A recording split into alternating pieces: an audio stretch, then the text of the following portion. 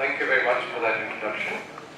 And it's good to be back at KIIT. I was here last year to address you on a topic dealing with the national security apparatus under the Indian Constitution.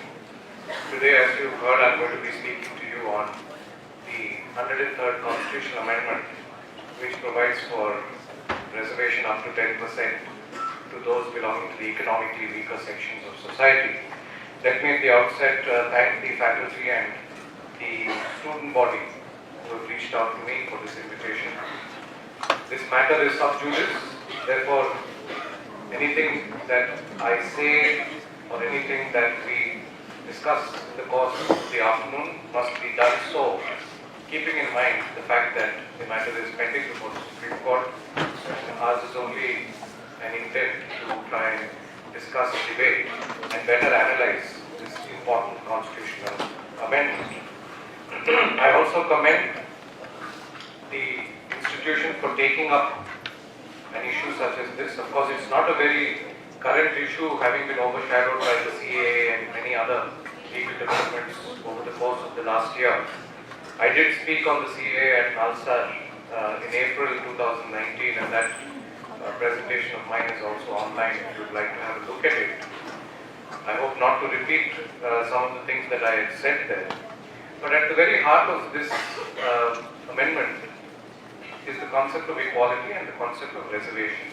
And unless we try and better understand those two concepts, we can hardly progress to the next stage, which is this amendment valid under the constitutional scheme? Now, there's no gainsaying that the Indian Constitution provides for the right to equality and the right against discrimination on the basis of religion and caste. That's the first and most fundamental parameter of the Constitution. But having said that, the Indian Constitution equally recognizes the right of the state to provide for reservation to the scheduled castes, scheduled tribes, what we loosely call the OBCs, the other backward classes, which the Constitution refers to as socially and educationally backward groups. Therefore, the very same Constitution that creates an equal playing field also provides for affirmative action for the upliftment of certain sects within our community who are entitled to constitutional protection. In fact, it is made incumbent upon the state by virtue of a directive principle of state policy that such protection be given to the weaker sections of society. I believe we've already had a session on reservation, therefore I will not spend too much time on the general doctrine. But it's, to me, striking that the Indian Constitution not just provides an obligation on the state to take steps to mitigate the position of the weaker sections of society, but in fact abolishes untouchability, as you are aware, under Article 17, and also under Article 15(2) provides for unhindered access to public places and the usage of wells, places of worship, etc. These two articles in the Indian Constitution, according to me, are a faux pas. They are an acknowledgement of the ills of Indian society leading up to the Constitution. So much so that we require to codify it within the constitutional framework. When the Indian Constitution says that untouchability shall stand abolished, and stand abolished with effect from the coming into force of the Constitution, which is 26th January, you will be celebrating Republic Day shortly, 26th January 1950. Does that not tacitly then concede that the practice of untouchability in fact was a reality in Indian society? It's akin to, let us say, the South African Constitution saying that apartheid shall no longer be lawful.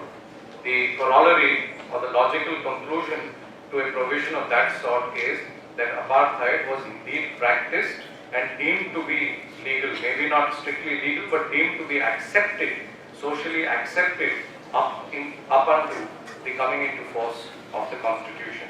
So therefore, friends, let me say to you that the Indian Constitution in no uncertain terms recognizes the existence of gross inequality within our society, and it's with a view to course correct generational inequities and inequalities that you have on the one hand the concepts of, if I may say, Western equality, and equally the concepts of affirmative action and reservation that provide for a balancing act to make good the injustices of the past. Now, having said that, let me come to the amendment in question. Look, EWS as a category of reservation may be new in the sense that it provides for the first time for reservation based solely on economic criteria. But that's not to say that newer forms of reservation are alien to the Indian Constitution. Let's not be under the misconception that reservation under the Indian Constitution is confined only to, say, scheduled castes or scheduled tribes or OBCs. Those are, of course, certain species of reservation that the Constitution recognizes. But along the way, we have also recognized other forms of reservation. If you look at the provision of Article 371J, which is a constitutional amendment that came about quite recently, it's a special provision for North Karnataka, what we call Hyderabad, Karnataka, the state that I come from. And keeping in mind the backwardness of that region, a constitutional amendment has been brought about to provide regional representation in public offices to people belonging to that area. Is that not a form of reservation? Is not reservation for women a form of reservation? Is not the right to education a form of reservation in education for children from economically backward groups? So these are different facets or different species of reservation, and one may, as you proceed or progress as a constitutional democracy, find concepts of reservation being revisited from time to time, and revisited to take into account societal needs. There has been a debate that the very need for reservation ought to have been time-bound. Whether that time has come or not is a question of much larger consequence and debate. But you may find that we've introduced reservation in the Constitution for, let's say, the LGBT community. Up until some years ago, homosexuality was deemed to be an offense. Today, Section 377, as you know, has been read down by the Supreme Court to decriminalize consenting adults in private. So there are newer social constructs that are emerging, and it always remains open to the state, and in fact a responsible state must rise to the occasion and recognize the rights of those groups that stand excluded or ousted from the larger pie of a constitutional democracy. And that is the power of amendment that the Indian Constitution grants to Parliament. If you look at the language of Article 368, I've said this before, it's not an ordinary power, it is a constituent power. The power to amend the Indian Constitution is recognized as being inherent within its constituent power. Those are not ordinary words. The constituent power essentially means that the very basis for the Constitution, the very basis for Parliament to subsist, includes within it the power to amend the Constitution. Of course, we've come quite far from that absolute position now. You're aware of Keshwanand Bharati and subsequent judgments which have said that the power to amend does not include the power to destroy or to deface the Constitution, and therefore every constitutional amendment must pass the test of basic structure, and only then could that constitutional amendment be deemed to be legally valid. But there are also presumptions of validity when enactments are passed. So today the EWS reservation is not only in the book, it has not been stayed by the Supreme Court, though the petition challenging its validity is pending. There is a presumption of its constitutionality, and this is the law of the land as it stands. So the question that we as legal scholars need to consider is whether the introduction of a 10% reservation for a new category of citizens that is those belonging to the economically weaker sections, would be a violation of this power to amend? Would it violate the basic structure of the Indian Constitution, lead to the edifice, or if not the edifice, then at least a important edifice of the Indian Constitution being violated, resulting in its illegality? Look, the test is higher. A basic structure argument is not an argument of everyday arbitrariness. When you test administrative action or even subordinate legislation, the scope for judicial review is broader. But when it comes to a constitutional amendment, unless courts find that that amendment so seriously violates the very basic notions of our constitution, that amendment would stand. And therefore the question would be, does this amendment violate the basic structure? And if so, what facet of the basic structure? And my endeavor today is to try and raise a few dimensions of this basic structure question that would arise in this case. As I said, the matter is sub judice. It's not for us to comment on which view is right or wrong, but essentially to identify those ingredients of the basic structure argument that could arise in this case. Now, to begin with, one is frequently told that the introduction of the EWS amendment violates the right to equality. Now, this I find as a slightly simplistic argument. There is no doubt that the right to equality is a basic tenet of the Indian Constitution. But as I submitted earlier, it's not an absolute doctrine. It's not that reservation per se is violative of the Constitution. Let's be cognizant of that. Let us be cognizant of the fact that the Indian Constitution recognizes equality and an exception to equality, which is affirmative action by way of reservation, in the same breath. And when you recognize that, you find that the concept of equality then is not a version 1.1 of it, but it's a far more nuanced notion of equality, which equalizes many needs and many demands of the communities of this country. If that is so, then a simpliciter argument regarding the violation of equality, I do not think could arise in the context of the EWS, because reservation per se is not unconstitutional. And if reservation per se is not unconstitutional, could it be argued that newer forms of reservation are unconstitutional? I think this is a question I would like you to think about. Don't begin and end with the EWS alone. Think about potentially newer forms of reservation emerging over the years, and then test the doctrine and say, what would a progressive and a liberal constitution want? Would that constitution want status quo, or would it want Parliament to revisit concepts of reservation, possibly look at the need to reinvent the wheel, see where greater reservation is required, possibly even see where lesser reservation is required? I began by making my position clear that reservation per se is a welcome addition to the Indian constitutional space. But for it, we would not be an equal and a just society. I make no bones about that position. And that is on account of generational course correction that we have been required to go through.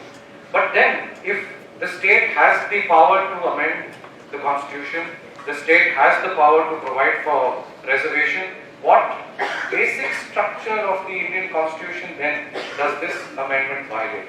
If you can have reservation based on caste, on tribe, on social and educational backwardness, on region, why can you not then have reservation based on economic factors? And this is precisely the question, I think, that will trouble the Supreme Court. It's not a simplistic issue at all. Remember, Article 46, which is a directive principle, does not deal only with scheduled castes and scheduled tribes. If you look at the language of Article 46, it contemplates the protection of weaker sections of society, including scheduled castes and scheduled tribes. So therefore, Article 46 also recognizes that there could be weaker sections outside of scheduled castes outside of scheduled tribe, which may require the protection of the Indian Constitution. And as to what segment of society requires that protection, I think first and foremost is not a matter for courts to decide, it is a matter for the state to decide. You would of course expect that a responsible state decides this question responsibly. I am not here to condone vote bank politics, I am not here to condone off-the-cuff reservation based on parochial interests. But constitutionally, and we are talking here about not an executive action, we are not talking here about even a statutory action. There has been so much debate around the CAA, but the CAA, remember, is a statutory act. It is an amendment to the Citizenship Act. It is not a constitutional amendment. But the 103rd Amendment is an amendment to the Constitution brought about by Parliament, no less. And one would assume then, at least prima facie, till it is shown otherwise, that the state is cognizant of the needs of its people and that it feels that there is a new category of citizens that require protection based on economic criteria. So from an Article 14 perspective, it may be simplistic then to argue that this is per se a violation of the right to equality. Now the Indian Supreme Court over the years has, over a series of judgments, interpreted and reinterpreted provisions relating to reservation.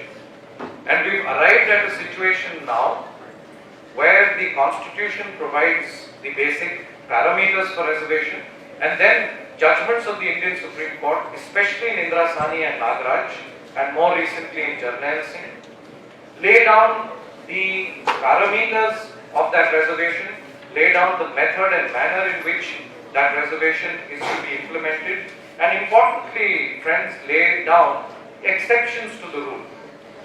Let me give you a ready example, which is the creamy layer doctrine.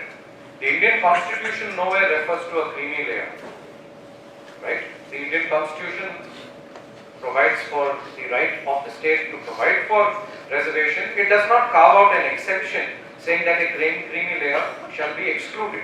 But interestingly, through a process of court-made law, so as to sustain reservation and equally make it equitable, the Supreme Court arrived at this exception of the creamy layer in respect of the OBCs to say that if you are providing reservation to those who are socially and educationally backward, then the presumption is that those who are economically forward within those groups do not deserve reservation. It's an important point.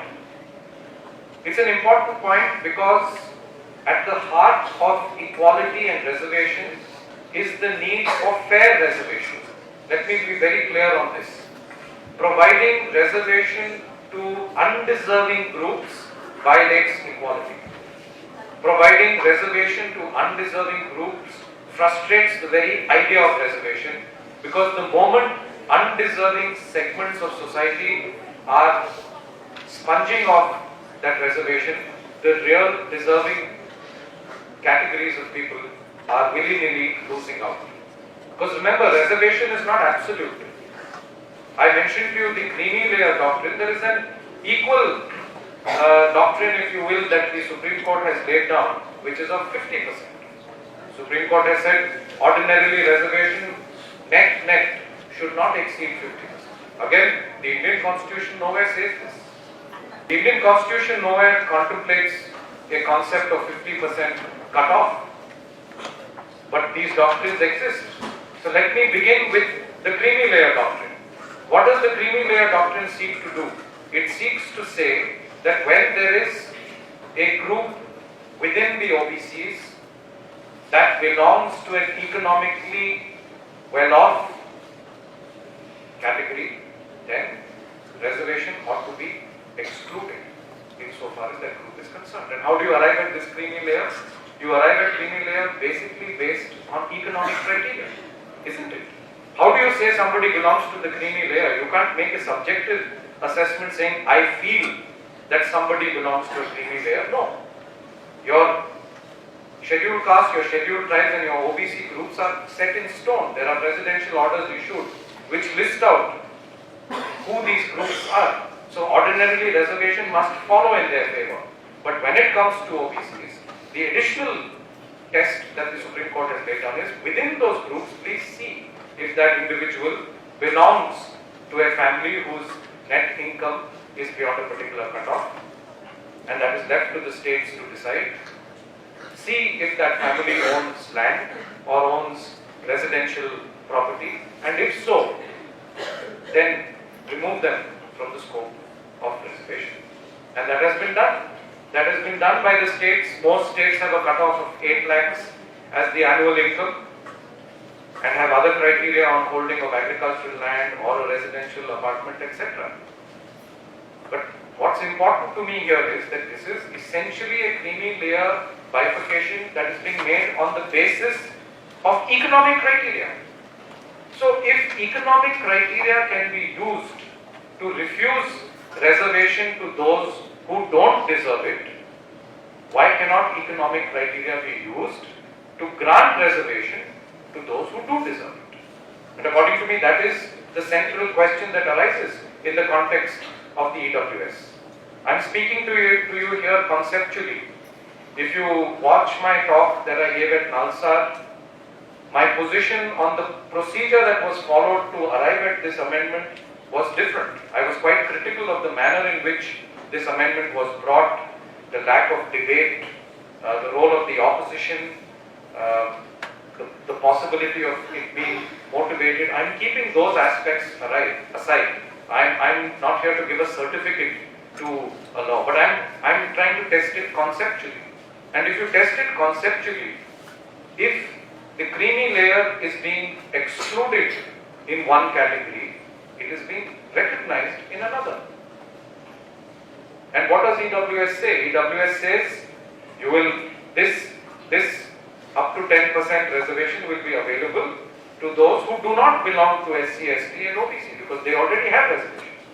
So you're looking at other groups who are not otherwise scheduled caste, who are not otherwise scheduled tribe, who are not otherwise socially and educationally backward, but are economically backward. And let's be frank, we're talking essentially here about poverty. We're talking here about the poorer people in India who do not today have the protection of reservation. And you are then saying, let me introduce a new form of reservation up to 10% and grant protection. And interestingly, you will find that the office memorandums that have been issued pursuant to the amendment use almost the same cutoff as the creamy layer. The same 8 lakhs that is used in states to determine who falls within the creamy layer is the cutoff to see who falls within the economically weaker sections. And therefore, there is a sort of equalization that is taking place. So would this per se be so foul an amendment so as to violate the very edifice of the basic structure of the Indian Constitution? That's the question to be asked. It may not. Remember, the Supreme Court did say, while deciding this question of creamy layer, the amendments to 16(4), Indrasani, Nagaraj, etc., the Supreme Court did say that equality is part of the basic structure. I am fully aware of those doctrines. The Supreme Court did say that economic criterion solely cannot be the basis for reservation. But remember, that was being said prior to this amendment. We cannot lump ratio that was laid down while interpreting existing provisions then and simply apply them to new amendments without even analyzing their effect. Yes, when it came to reservations for socially and educationally backward groups, the Supreme Court did say that merely being economically disadvantaged does not mean you fall within this category. It means there is still an onus on the government empirically to find out which classes based on their social standing. Look, let's not mix up these concepts. You may be economically deprived, but you may possibly be socially progressive. One can't rule it out. I mean, after all, economic standing is also dependent on a person's luck, on a person's ability to earn, how rash or how wise one is with earnings, right? One may belong at one stage to a socially and educationally forward position in society, and due to some downturn, demonetization or whatever else, may find himself or herself suddenly economically in a weaker position. Does that mean those groups are also entitled to reservation? Not when it comes to OBC reservation, because remember, there is a deeper societal concept here. Reservation is not based per se on economics. It's based on social injustice that subsisted in Indian society over generations, and you're trying to course correct it based on this reservation. But those principles that the Supreme Court laid down, quite obviously, were not laid down keeping in mind the possibility that an amendment by virtue of the 103rd Amendment will come into force in 2019. And therefore, any ratio, and I hope that as young law students, when you look at statutory interpretation, you look at jurisprudence, you will keep this in mind. The first principle of interpreting judgments is that judgments are precedents for what they actually decide and not what might follow from them. This I am not saying, this the Supreme Court itself has said. You can't pick a judgment of the Supreme Court or of any court and cite it as an absolute. Fortunately, in our constitutional jurisprudence, we don't have these absolutes, and which is why ours is a growing and a living constitution. So, a precedent or a decision of the Supreme Court made within the facts, within the legal provisions, within the obtaining socio-economic realities of the time, cannot be held to apply as it is to future amendments. Of course, these judgments will be very persuasive. The petitioners who have challenged the amendment will rely and do rely. I have seen the petition filed. They do rely squarely on Indra Sahni and on Nagaraj. But that is not to say that the Supreme Court or you and I are bound by that interpretation simply because that was laid down in an entirely different context. Maybe not an entirely different context because it's reservation related, but in a different context. And to what extent they can then be brought in is the question. And remember, the question is not an easy one to answer. You still have to answer what is the basic structure violation here. You can't go to court and say the amendment is vote bank politics, it's motivated, it's arbitrary, it's unnecessary. Who is to decide which amendment is necessary or unnecessary? Is it a referendum? We don't fortunately follow the Brexit model yet. If we did, then who knows what might happen? Right? We'll all then be deciding what the Indian Constitution should look like on WhatsApp. But fortunately, we've not reached that stage yet. So today, you would have to assume that government, not just government, Parliament, is cognizant of what is needed in society and has come up with an amendment which says that we provide for reservation for those that are economically weaker sections, not being scheduled castes, scheduled tribes or OBCs. So what's the other elephant in the room? It's the 50%, right? That is frequently touted as being part of the basic structure. Now let me begin by saying 50% itself is not in the Constitution, as I said, but for that matter, the concept of basic structure also is not in the Indian Constitution. So we're dealing with an interesting case here, like many cases which deal with constitutional interpretation of judge-made doctrines. Basic structure is a Supreme Court construct, 50% is a Supreme Court construct, creamy layer is a Supreme Court construct. For that matter, collegium appointments of judges is also a Supreme Court construct. None of these concepts that I just mentioned to you find any mention in the text of the Indian Constitution, but they have the full force of law. But what is this 50% then? Is it a hard and fast rule? Can we say that 50% cutoffs by themselves tantamount to equality? I don't think so. Supposing I would say that we will provide 50% reservation for this lecture, and by that I mean that 50% of you will be entitled to attend the full lecture and 50% of you would not. And on what criterion would you do that? On economic criterion. Supposing you did that, It's a loose cannon. How can one say that there is a certain criterion existing with respect to each of you and that 50% will be the just cutoff? It may actually prove to be extremely unfair. Supposing one finds that 85% require special protection and you only grant it to 50%, is that equality? Or supposing on the other hand you find that only 25% deserve special treatment but you are granting it to 50%, is that equality?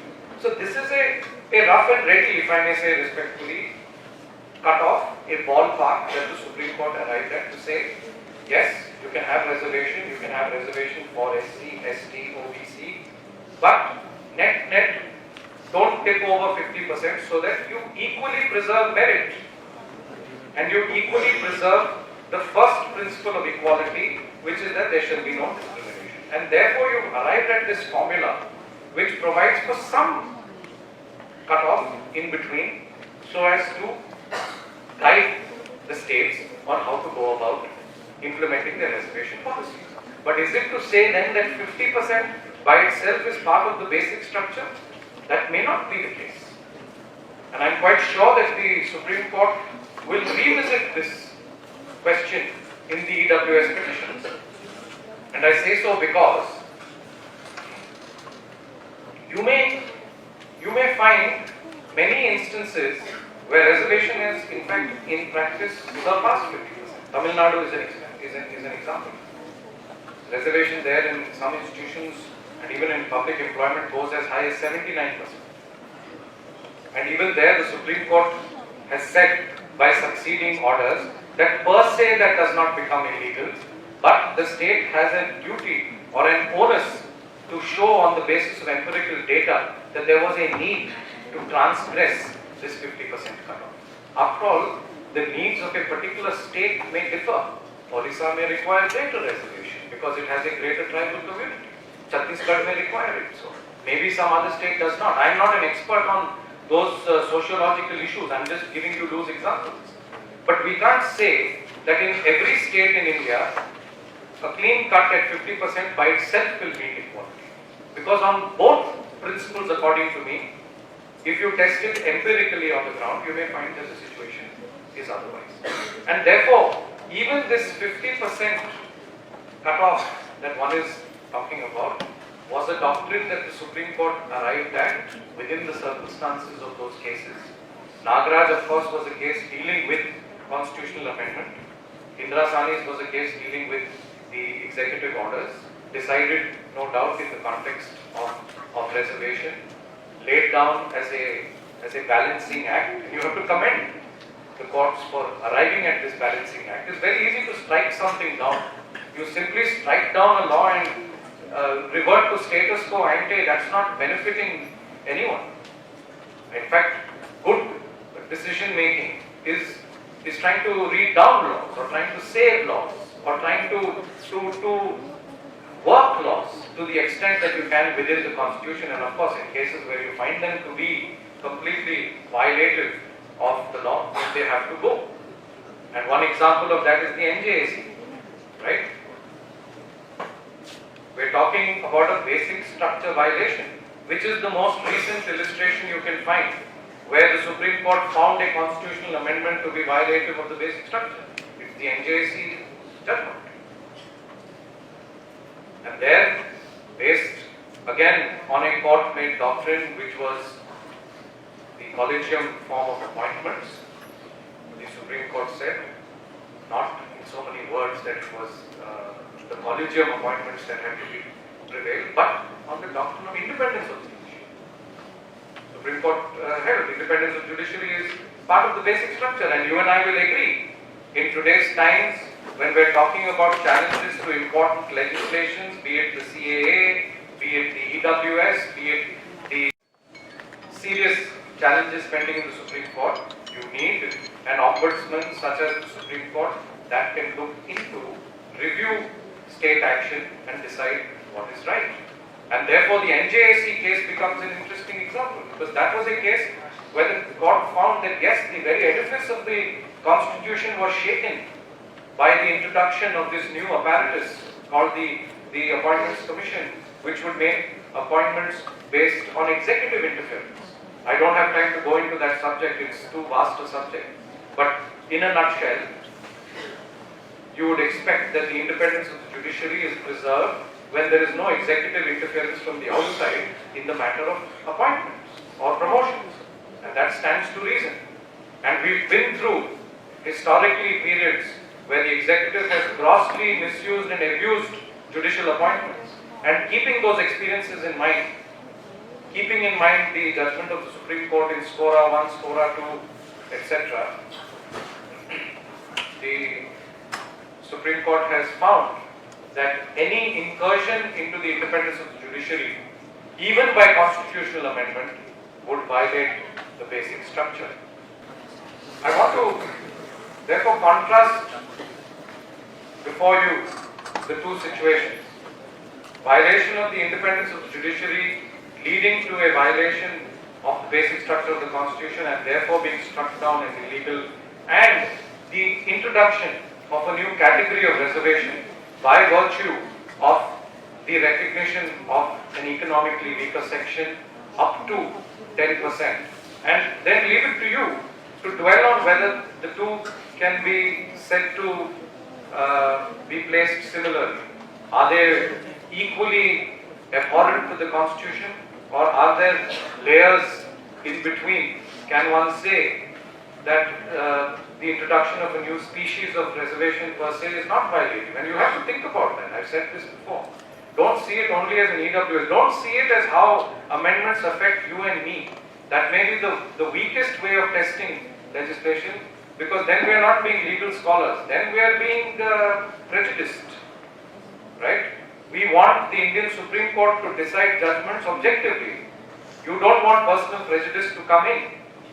You and I can't decide whether CAA is valid or otherwise based on whether it affects our communities.